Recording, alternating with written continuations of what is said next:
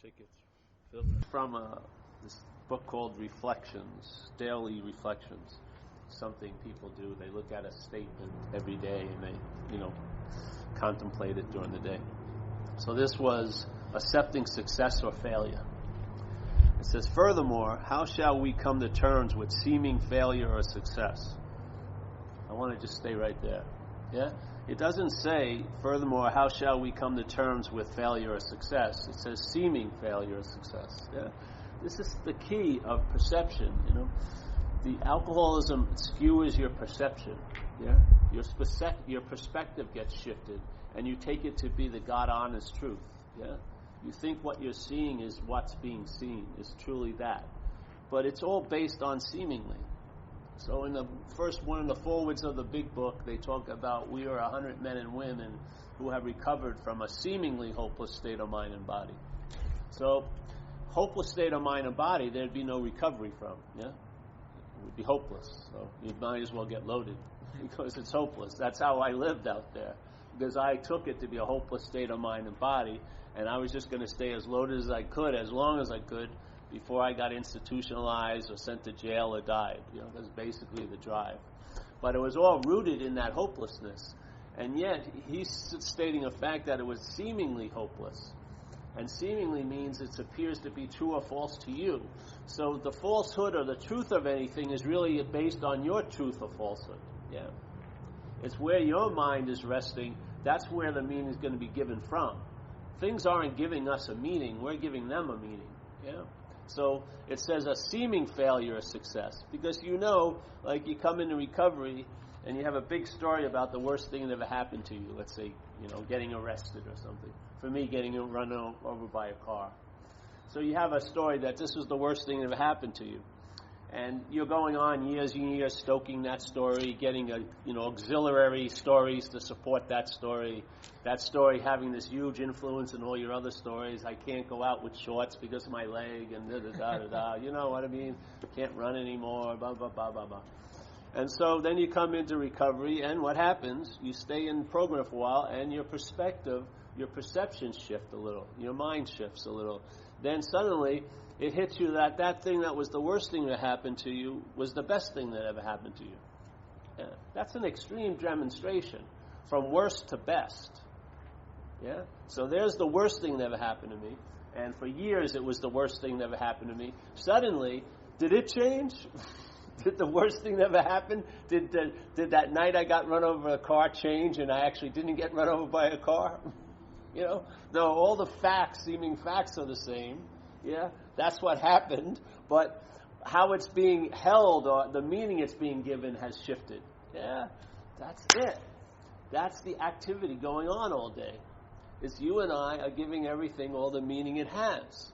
To entertain that let it sink in and just see how it flowers in your view. Yeah, just put the seed in there. This is what these statements are. They're just seeds. You're the fertile ground. The mind is the fertile ground. Let the seeds land there. You don't have to landscape it. You're not the gardener. You don't have to water it and this and that. It's going to do its thing, yeah? It's going to self-germinate in a way. And what happens is, it may occur to one of the first initial demonstrations is, hey, the worst thing that ever happened to me was the best thing that ever happened to me. Get on with it. Get the clue, yeah? There's a huge clue. A principle is just demonstrated in your life. It couldn't get you with a subtlety, so it just meant the worst thing that happened is now the best thing that happened. Or I'm totally an addict and now I'm recovered. I mean, they're pretty contrasting. They're pretty different color, black and whitish. So hopefully the mind gets it, You know what I mean?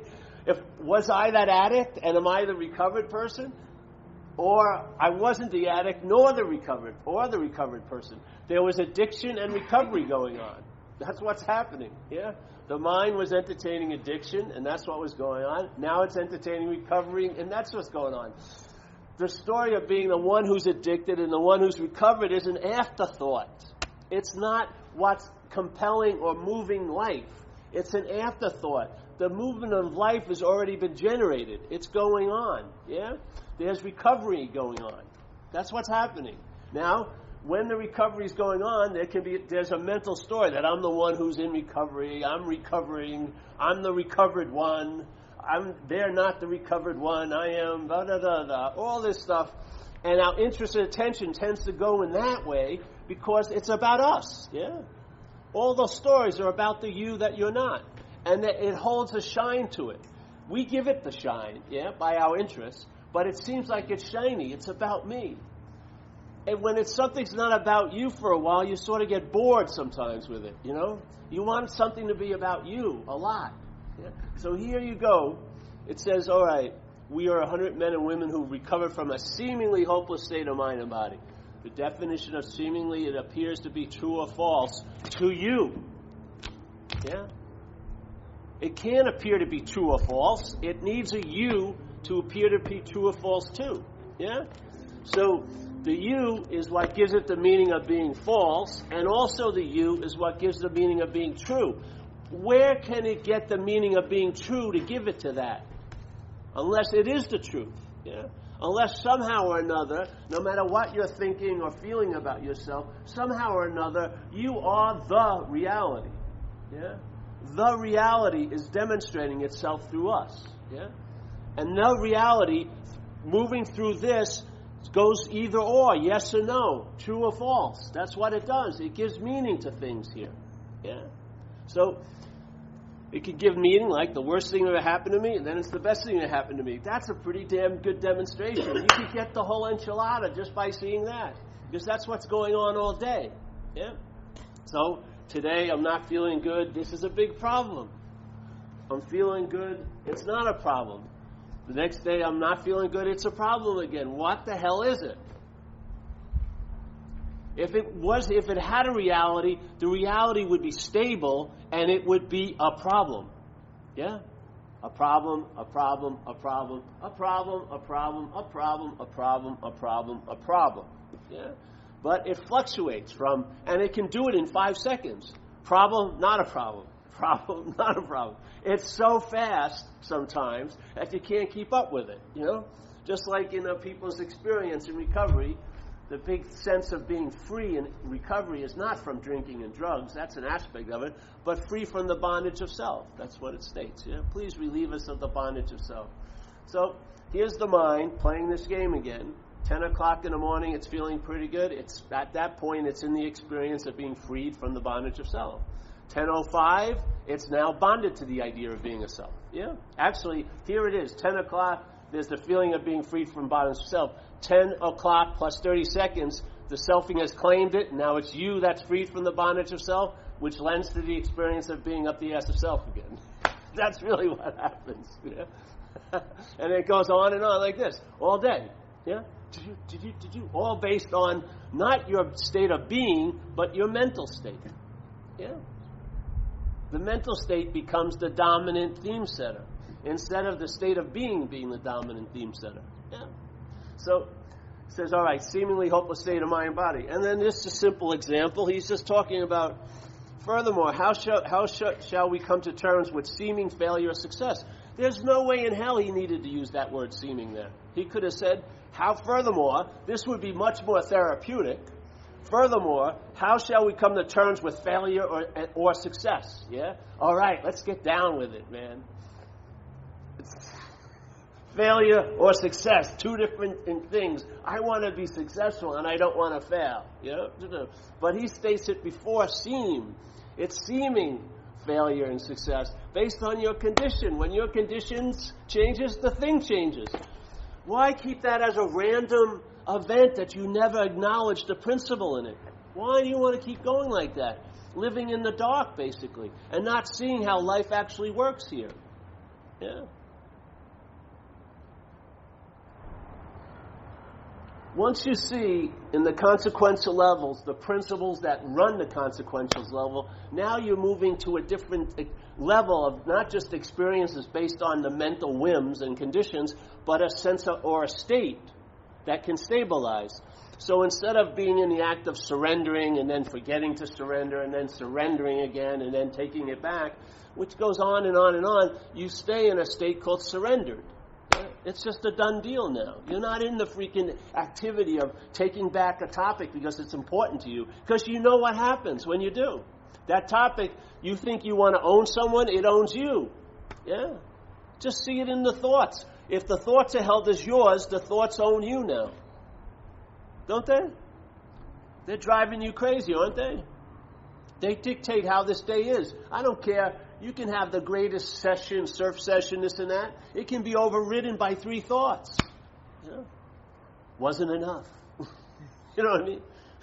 You know? Someone got a better wave.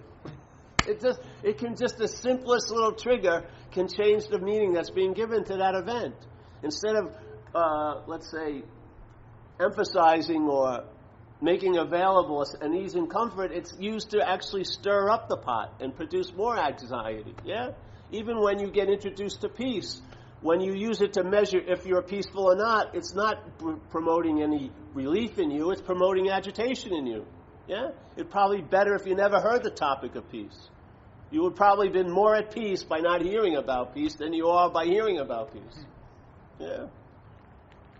Once you start seeing what's going on here, there's something that happens. I think it's like the living grace is awareness. Yeah? You become aware of what's going on, and then what's going on doesn't have the huge influence that it used to have on you. Not because what's going on changes, it may or may not, but somehow the mind changes. Yeah? And then when you see that all of that is truly affected by all of this, it's much better, much wiser to put your attention on this. Because this, therefore that. Yeah? Not that, therefore this. You can't do and have yourself into a state of being. All that can happen is doing and having yourself into another state of mind, a mental state. Yeah? And you can't use doing and having to produce an effect that's a cause, which is the state of being. It's not an effect that you're going to have in your life. Oh, I feel like I'm being now. It's all there is going on here is being. It's like finally letting the horse be in front of the cart and then see how easy the cart moves when there's the horse pulling it instead of being behind the cart trying to push it. Yeah?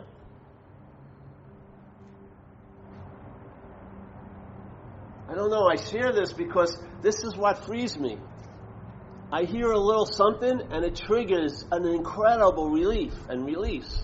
The mind just goes...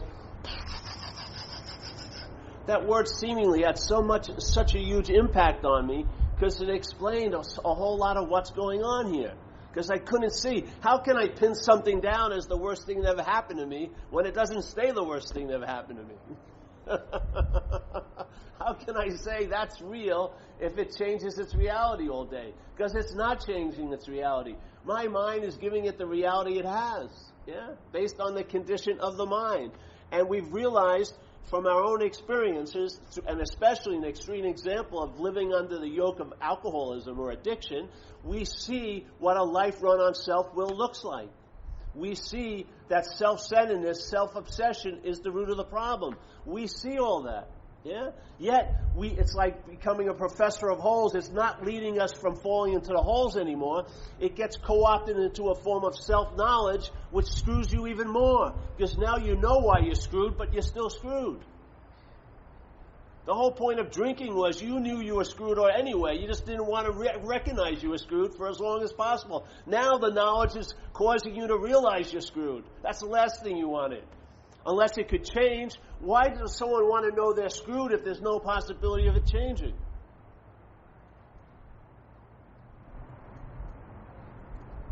It goes totally against the mental logic. You may act like you want to be free, but you don't want to be free. The selfing doesn't want to be free. It wants to look like it's free as a self. Yeah, that's different than freedom from self. Most of us are living a life in some level trying to be free as a self. How's it worked out for you?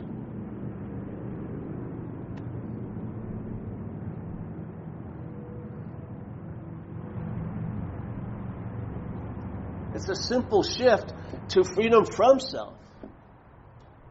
And it doesn't take any time to be free from self because the root of the bondage of self is identification. You're taking yourself to be something that you're not, yeah? So there's no need to undo any knots. There's no knot. Yeah? You are not that. You never were that, you're never going to be that, and you are not that now. So the best way to get out of something is maybe to realize you're not in it. Saves you an incredible amount of effort and time, which isn't going to produce the goods because it can't be produced. You are that. Yeah? You're past the production level. What it's doing now is expressing. It's not producing itself here. It's not attempting to find itself here. It's expressing here. Yeah? It's called manifestation. It's manifesting. Just like we say in recovery, hey, self manifested in various ways is what has defeated us. What are the various ways? Hey, we'll save you the trouble. The first one is resentment. The next one's fear. The third one is harming other people in pursuit of what you want. All right? Do an inventory on those three things, and you'll see the whole enchilada. You don't have to go over the minutiae of how self defeated you. See the basic drive of how it does it, and then there's a possibility to be free from it. Simple as that. Yeah? You don't need 800 examples. Some people need one example. They hear it, bingo. Some people need 50 examples. It produces tons of manifestations. You can use every one of them to lead back to the whole from which it came. It's like tying a string to a mouse's tail. It's inevitably going to go back to its hole. And if you follow the string, you'll go back there. Yeah, follow it. Bill W. attempt to map a course on how to do that. How did self defeat us? Well, it defeated us in all these ways. What gave it the possibility to defeat us? That's the key. Yeah? What allowed it carte blanche in our life, seeming our life, to defeat us in? What gave us that? What gave it that possibility? Well, I believe it's identification as that. Because every time it enters a topic of yours, as soon as it walks in the door, you call it me. You never check its papers. You never look at its resume. You never judge it by has it worked or not.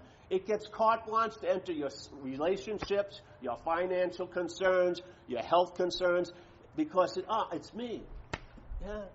It's the identification as that which is allowing it to manifest through you into this life. And what does it say there? Be convinced that self, manifested in various ways, is what has defeated us. There you go. Yeah? Reach the level of being convinced, and then that's that. Now look at it. And then like Dogen said, this great Zen master, to study Buddhism is to study the self.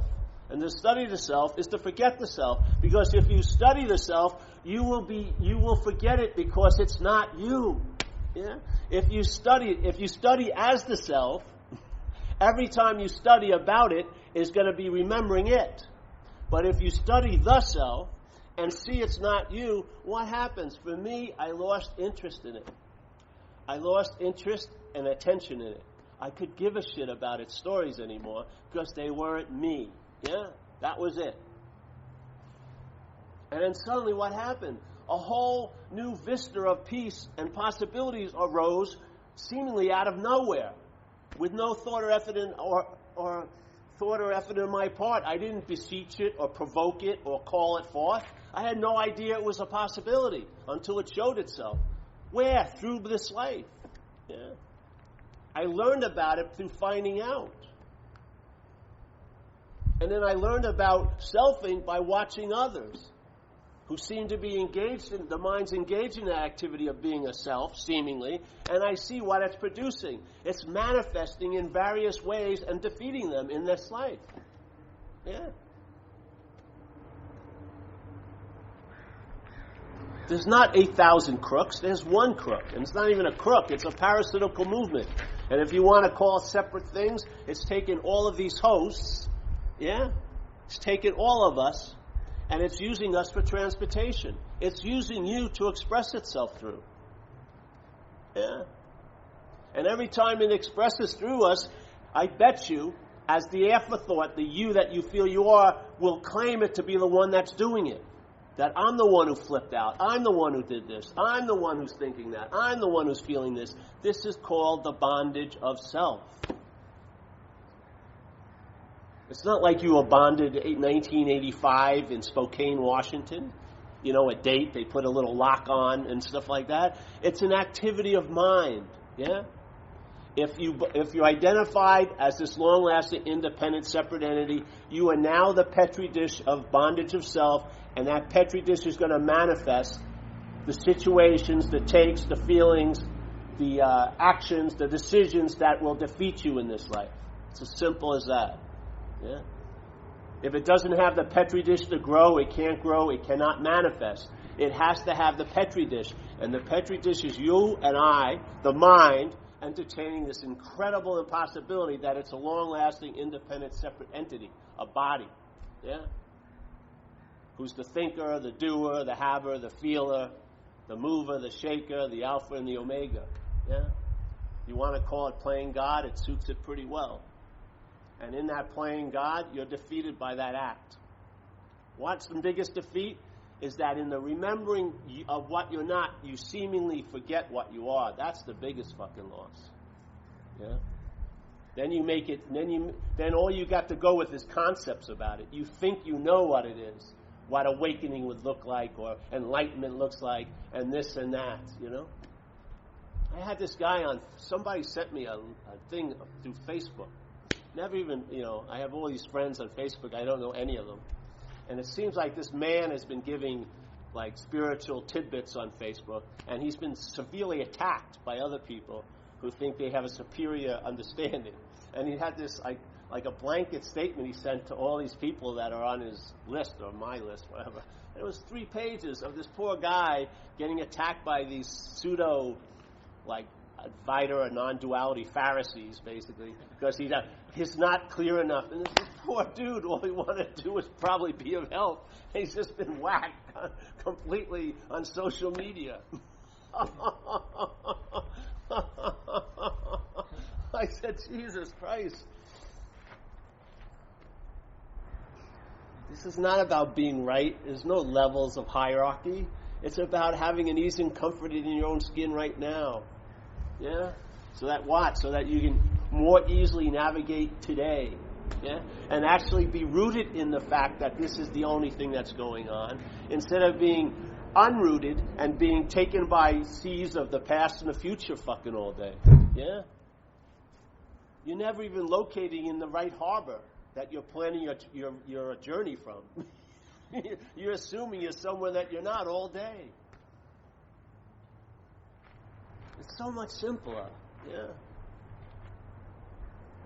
I could say the stupidest thing, the most unauthentic thing, and if the mind wanted to use it to catapult itself into freedom, it could, and it would. Yeah? It's the mind. Everything here is just a tickler. No one is authenticating a message with language. It's a tickler to go to the real message, which is you and I. Yeah? Whatever triggers that has value. Yeah? Whatever triggers it has value. If it's a joke, if it's some kind of parody, if it's satire, if it's a message, whatever it is, that's it. Yeah? Mind is what gives meaning to everything. Yeah? The message isn't giving meaning to mind. The message is dropping in a possibility to the mind, and then the mind gives it meaning. Some people get an aha, and they start traveling lighter from that day on. Other people just try to collect it and put it on their little spiritual mantelpiece. Oh, I've heard this teacher, he's the 30th person, and he's sort of funny, but I like the guy who has the loving gaze and is very quiet, and, all like this, So it's like having little action figure dolls that you can pick to play with every other day. Yeah. It's not that. It's you and I. We're the message. We're the product.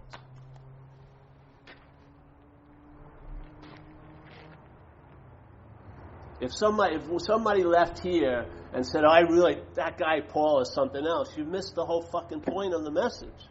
The message, no, you're something else. Literally. You are truly something else. It's actually nothing, but you are something else. Oh, I think he's great. No, shoot the fucking Buddha. You see him on the street. It's you, bro. Yeah. If you have a picture of a saint, it's probably not going to, unless you give it a great meaning, the saint, that picture is not going to promote a better day for you unless the mind wants to use it to promote a better day for you. Yeah, that's fine. Why not just let mind promote the better day for you? Why have any sticks of magic? Yeah.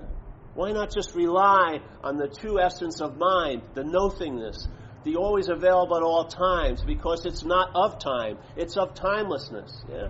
Why not rest your head there? What would happen if that picture starts fading or someone steals your wallet and there it goes? Yeah.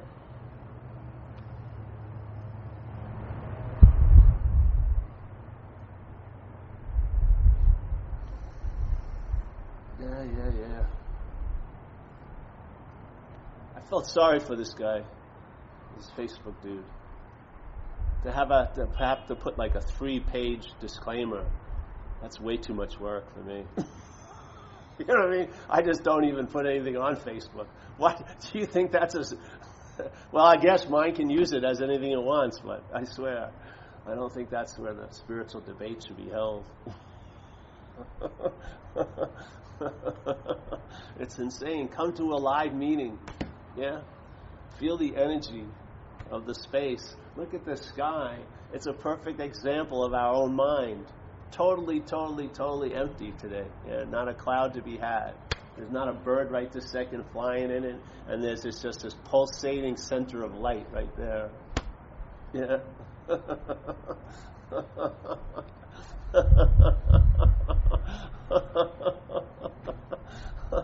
Doesn't that just suck you right up?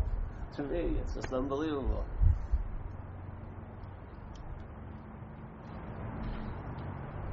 If you actually appeared in the sky, you'd be such a small little speck.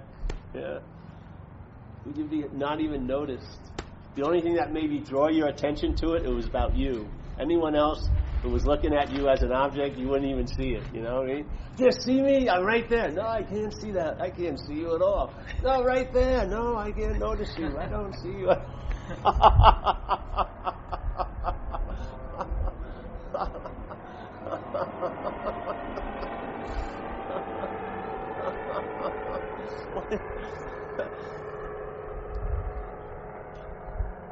The self, for it to seem big, has to be in a very small space. Yeah? For you to be the center of the universe, your universe has to be really small. When that idea is given up, then the universe it's allowed to be at the size it is, and then you get a sense of your true nature. Yes, open, clear, fucking abundantly infinite. You know? Enough to dispense all this light. All this light is being dispensed through this vehicle of the sky. Yeah, every bit of it, every sunbeam is being allowed to dictate its communication with us as this object through the sky. Everyone. Yeah. Like, doesn't Jesus say, "You're the way, the light, and this and that," or "He's the way"? Do you think he was just talking about Jesus, the carpenter? When he said the kingdom of heaven is within you, do you really think it was your body? Heaven would be pretty small. You know what I mean? There'd be very little parking in here. The kingdom of heaven was in this. So, but when we hear the term you, we take it to be us, this body, don't you? That's the language. The language takes the you to be a body. The mental process takes the you, yeah? Takes this idea of you and places it on this as being a body. So it can be thought about all day. So when you hear something, the kingdom of heaven is within you, you start looking where? In the body. You know, I can't find it. Yeah. Because the you that you are is what the kingdom of heaven is in. Yeah. Everything is in that. You make these mistakes because the language promotes self-centeredness. It promotes being an object while the subjectivity is moving through it. And how it makes sense of the subjectivity, it claims it as an activity that the object is doing. So I become the thinker. I become the feeler. I become the hearer, the taster, the smeller, the toucher. Yeah?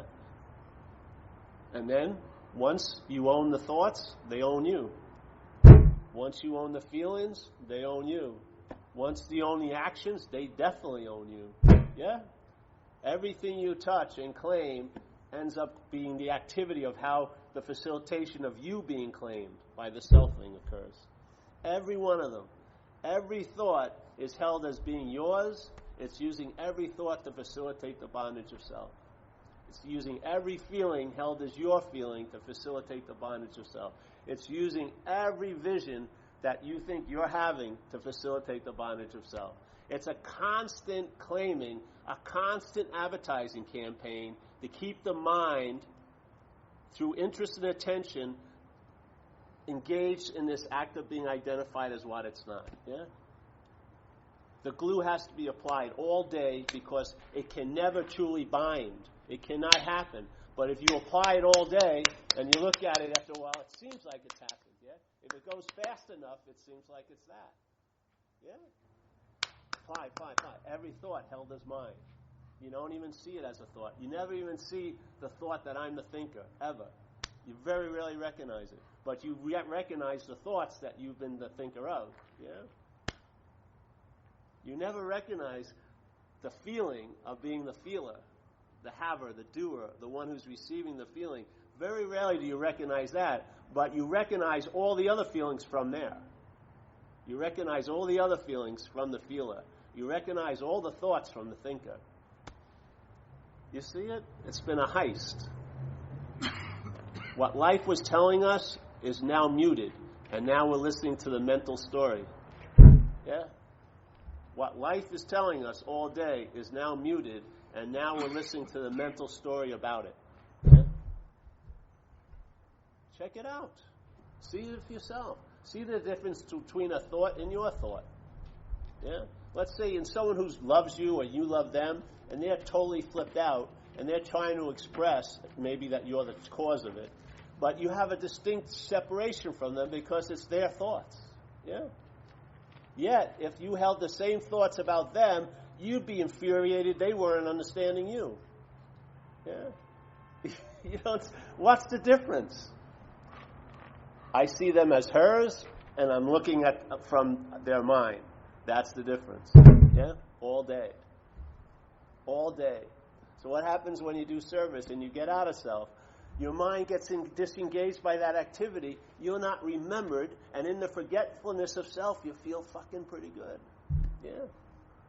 Yet, what happens? The selfing regroups, claims the service, and says, I'm the one who felt that really good, and I'm going to do more service.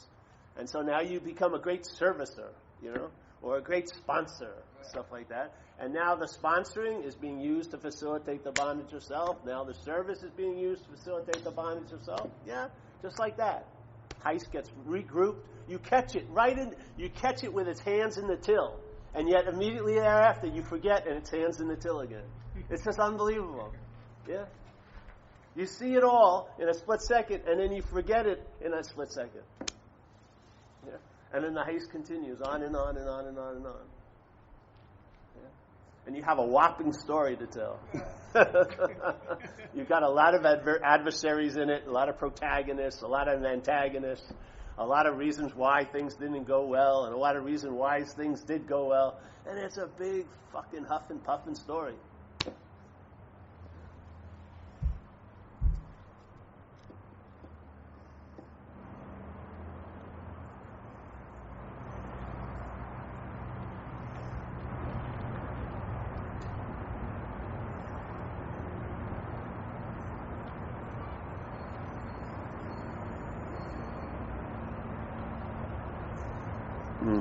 Yes. Why? Why does this occur? Who knows? It doesn't matter. It's not helping you. It seems to be occurring, right? Yeah. The best thing is don't even worry about if it's occurring. Just ask who's it occurring to. Yeah? Who is it that it's occurring to? See, does the occurrence have more emphasis, or does the you that it's occurring to have more emphasis?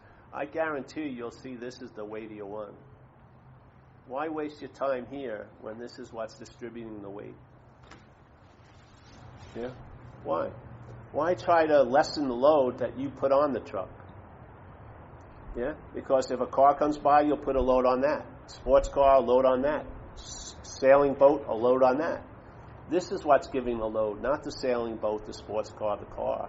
This is, like Ramana Maharshi said, a great master, you don't have to give up your possessions, give up the possessor. Yeah? You don't have to give up the meanings that you've given things. Give up the being the meaning giver. Yeah. Then it changes. This has been given a meaning. This isn't what's giving everything a meaning. This is being used. This is the basis of the system of meaning giving. It's called self-centeredness. This is not what's giving meaning. This is facilitating a meaning being given. And this itself has been given a meaning. And the meaning in the selfing's point of view is it's me. That you're the crowned achievement in all these people, all these yous, you're the only me there is. Yeah? And now you're in the system called self-centeredness. You're totally centered on self. And from there, meaning's being given all day. Yeah.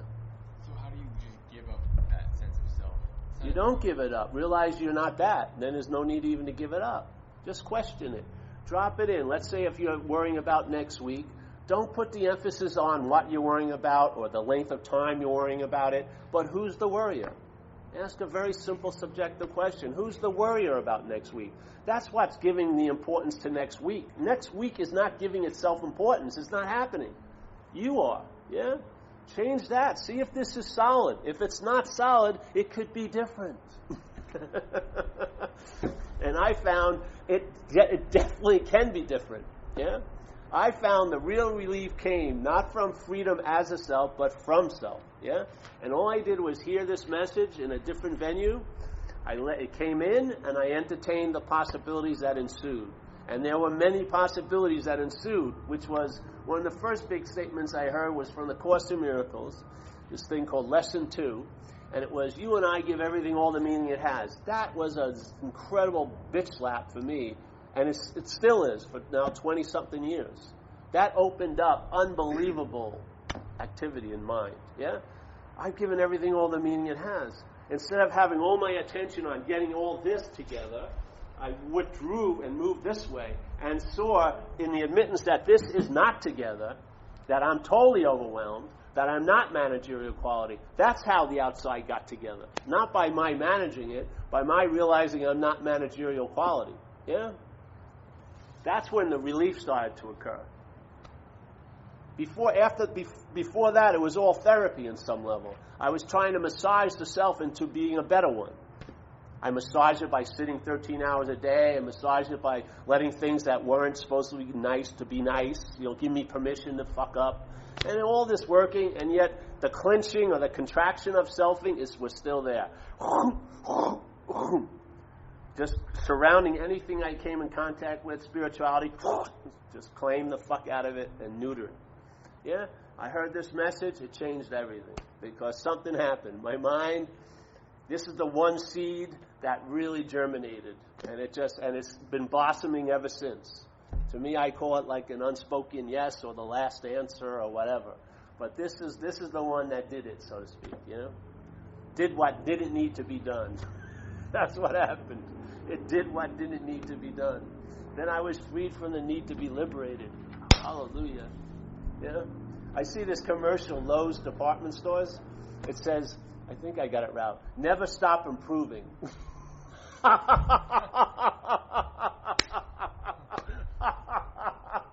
To me, that's slavery.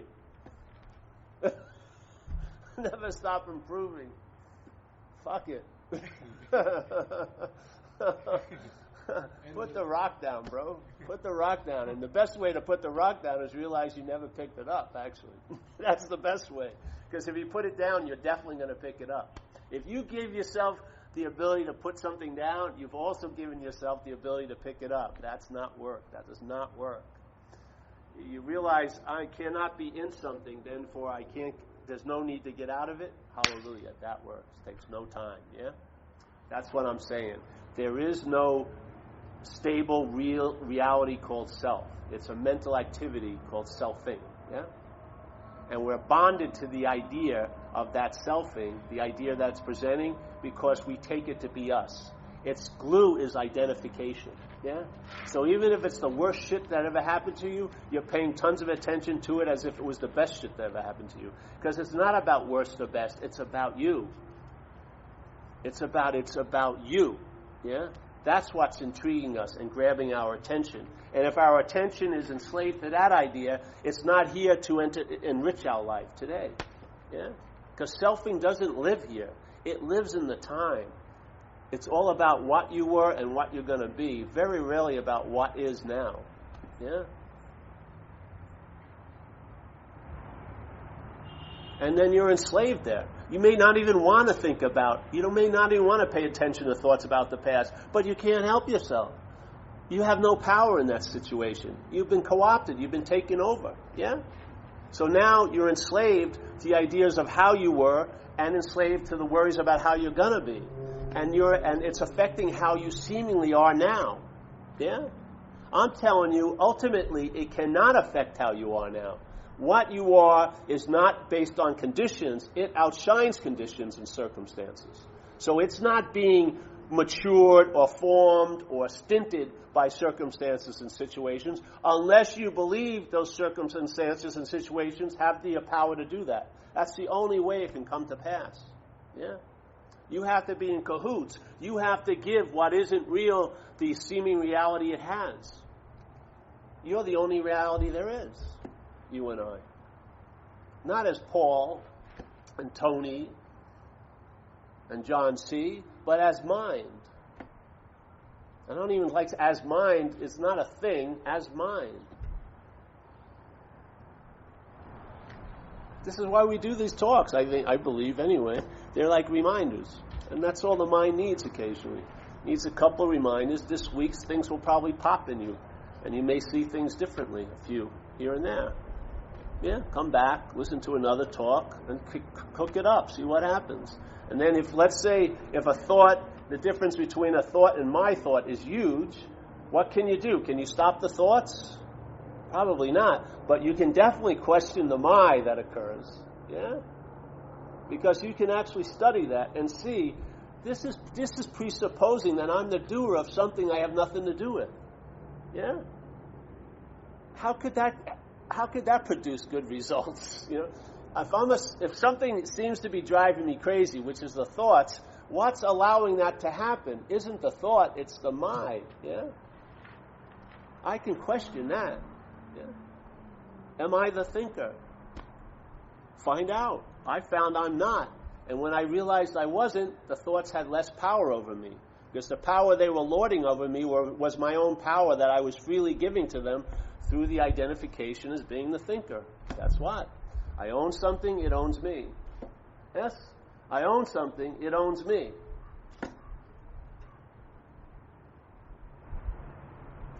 When you were a kid, did one feeling during the day be able to ruin your whole day? No. You may flip out and have a tantrum for 5 minutes, and then you're back to the next feeling, yeah? Feelings were coming and going much quicker. Much, much quicker. What happened? Some people think they had a feeling 20 years ago, and they're still attempting to recover from that. They're still lighting vigils to it. They're still explaining everything, all their failures based on that. You see the difference?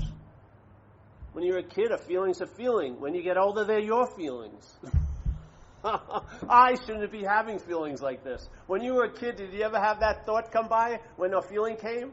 When you were ready to flip out when you were 2? I shouldn't be having this feeling. No.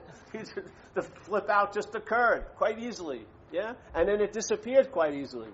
Now, feeling comes, it gets neutered by claiming it. Now it's your feeling. Let's see how, and then it's coupled with other seeming feelings you've had. And now you've got this huge train of feelings that you are now a passenger on. Yeah. You're owned by the feeling. And the thought, I've seen people's whole day be ruined by one fucking thought. One thought, 2 thoughts, maybe 2 or 3 thoughts put together, ruin their whole day, seemingly. Yeah? What happened? Was it the thoughts? It was your belief in the thoughts. Where did that belief stem from? Not from the thoughts, but from the mind, as the thinker. Yeah? To validate that you're the thinker, the thoughts have to seem real. Yeah? To validate that you're the thinker, you want only good feelings. To validate that you're the thinker, you want only good thoughts. Well, it doesn't work that way. Yeah? If your day is dictated by thoughts, you're living on a seesaw. If your day is dictated by feelings, you're living on a seesaw. If your recovery is dictated by thoughts or feeling, you're living on a seesaw. You have to have a commitment. Yeah? Well, use that idea in recovery to this idea. Commit yourself, in a sense.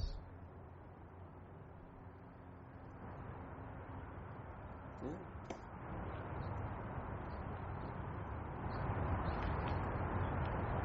It's called abstinence in a weird way. Your mind starts abstaining from the thoughts and interests and the feelings because it really gets that it's not its thoughts or its feelings. Yeah? And suddenly, miraculously, the thoughts and feelings don't have the power to affect you so much anymore. Yeah? Something happens here, and then you seem to be free from that. And then you realize that is from here. This is dependent on this. Yeah? I've seen it demonstrated. I saw this woman in Australia. She had bone cancer, the last level. She was really, she was bedridden. Luckily, her husband somewhat well off, so she had a living room where she was in. That was her room now, and she looked out on the garden. But her mind had something that shifted. If you want to call it being awake, or she was awake to being awake. And I'll tell you, her space was so fucking attractive. I wanted to see her more than anyone else in Western Australia when I there, just to sit around her. Because she was freed from the circumstances and situation that she seemed to be in, or her body seemed to be in. She was totally, radically free from it. Yeah. Now that to me is a success. You have these demonstrations. Why is it that you forget a miracle that happens in the morning by 1 o'clock in the afternoon, but you remember a supposed resentment for 30 years? You've got to see the bias of the thought system. Your thought system wants to minimize the good and elongate the bad. If you feel really good, how long does it last until you get suspicious? When are they going to find out I don't deserve this? Or da-da-da. But if you feel bad, it portends a lifelong depression like that. The mind just goes, just elongates it, unbelievably. Just shoots it with so much time. Yeah? That's its theme. Do you want to live under that theme every day for the rest of your life? Trying to make do with that?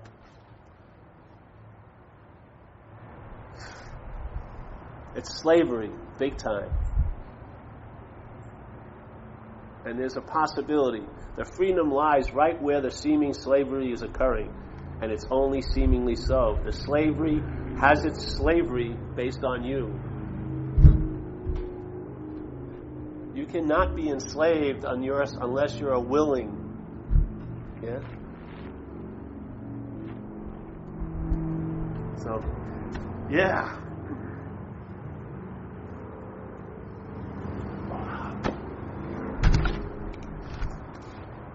I don't think you can take anymore. Yeah. You don't want to, if you bitch slap enough too many times, it gets to be abusive. You got to stop. So let the people walk away and come to their senses. So I'd like to get some. Luckily, we're not in the days of swords, because there would be damage here at meetings. We'd be cutting each other's heads off. Oh, just had enough. This would be perfect lineup. All your necks are certain, almost same thing. I could do a and then cut mine off too at the end. That's pretty good. That'd be a nice saying. There'll be no more meetings. 8 of the participants were beheaded at the last Zen Bitch Slaps talk. No one, their heads were never found. They rolled off somewhere. You can hear it on the recording. You'll hear this giant whoosh like a wind coming from the celestial spheres. That's all we get it. Endless possibility. Yeah, bro. That's all we get it. Endless